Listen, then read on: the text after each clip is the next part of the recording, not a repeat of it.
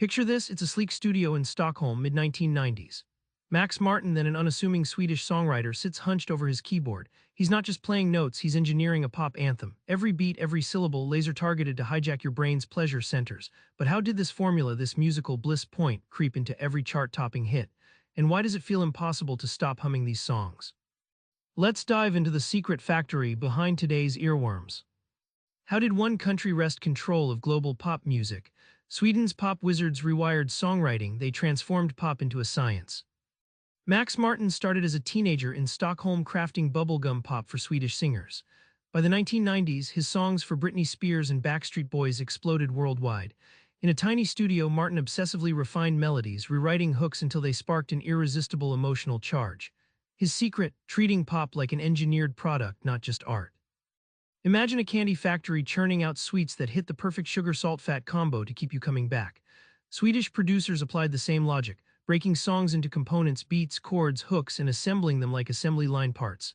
This track-and-hook method dehumanized songwriting, emphasizing formula over spontaneity but with devastating chart power.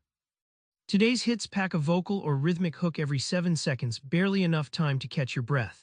This rapid-fire pattern rewires your brain's reward circuits, triggering dopamine hits like lottery wins. You don't just like the song, you crave the next hook, the constant mini-reward that turns casual listening into an addictive loop.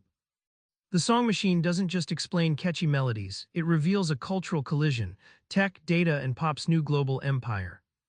After conquering the US charts, the Swedish model roared worldwide. Teams in Los Angeles collaborated with Stockholm producers, while K-pop factories in Seoul reverse-engineered these formulas into mega hits. Studios became global hubs where songwriters, producers, and data scientists crunched numbers and sounded out riffs, melding cultures and creating hits that sounded universal. Spotify and Apple Music ushered in a new era. Playlists generated millions of data points, teaching algorithms exactly what hooks triggered replays.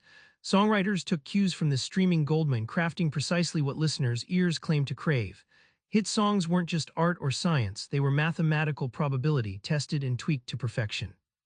With streaming platforms surfacing stranger combinations, genres blurred or vanished altogether. Tracks replaced traditional albums. New microgenres emerged, often shaped more by algorithmic data than artistic vision. This changed not only how music is made, but how we define what music even is, forever altering our listening habits. Why do these supercharged songs feel like junk food? They're engineered to hit your brain's sweet spot, leaving you craving more. Just like snack food scientists find the perfect balance of salt, sugar, and fat to create irresistible snacks, producers discovered the musical bliss point. It's the exact cocktail of melody, rhythm, and repetition that floods your dopamine circuits. Songs like Katy Perry's Teenage Dream are crafted to hit this neural sweet spot, making your brain say, "Play it again." Songs cram hooks in tight, but they sprinkle unpredictable twists. A sudden beat drop, a vocal hiccup, a melodic flourish, so your brain stays alert while catching repeating patterns. It's the classic mix of familiarity and surprise, the same psychological trick that keeps you binge-watching shows or scrolling social feeds. The result, streaming numbers skyrocket, but listeners' attention spans shrink. You want next song, then the next, never quite satisfied. Music consumption shifts from deep listening to dopamine hits on shuffle, potentially rewiring our habits and even our brains over time.